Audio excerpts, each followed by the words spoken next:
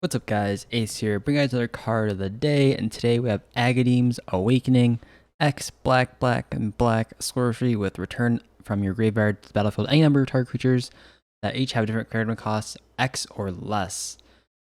Also, Agadeem's Awakening has a flip side, which is a land that as it enters the battlefield you may pay 3 life. If you do, you get a land that taps for black. So it's a dual mortal phase card you get from Zendikar Rising.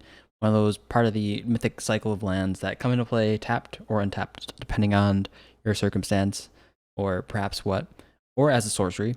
And this one's particularly interesting because not only is it less cost than more of the hard castable ones that cost like 7 mana, like the blue mythic land and the white mythic land. This one has a variable cost, which means it can be played earlier, meaning it's not going to be dead most of the time, which is actually incredibly strong considering the decks that want to play this sort of a card. Now, Agadeem's Awakening I could see being played in decks that are low to the ground or aggro-based strategies, because if X is 1, you're getting 4 mana for a 1 CMC card, right? That's 4 mana for 1 CMC. When X is 2, that's 3 mana worth of cards coming back from your graveyard. When X is 3 is when it starts to become more interesting, because that's 6 mana for 6 mana worth of cards, because X is 3, it means you get a 3-drop, a 2-drop, and a 1-drop if you fulfill all those CMCs in your graveyard. So that's where it becomes really good. I think this card is actually generally pretty strong, especially in eternal formats, and even I would say standard formats where we have a lot of aggro creatures, your creatures want to go fast before on-math hits the field.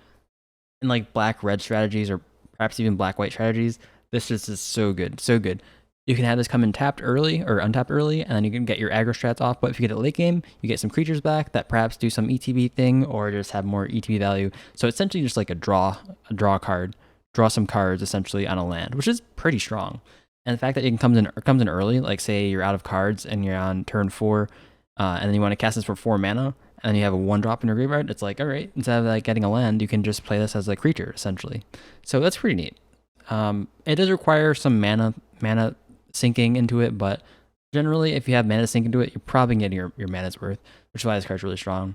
I think this will be played in I think EDH too, and all the decks that do play a black and sort of the creature-based strategies where it's battle cruiser to CEDH, such as like farm decks or like Timna decks that want to have a lot of creatures, or like stacks creature-based decks. This becomes super strong because it's just, of course, 6 mana, draw 3 cards from your graveyard. Now, it's sort of dependent, but you're playing black, so you're going to have a lot of creatures go to the graveyard, and also you're playing a format with a lot of sort of interaction, and so creatures are going to go in your graveyard, and if they don't exile them, you're just getting your creatures back, which is super good, super neat. But yeah, tell me what you think about this card in the comments down below. Other than that, peace out, guys, and catch you guys later.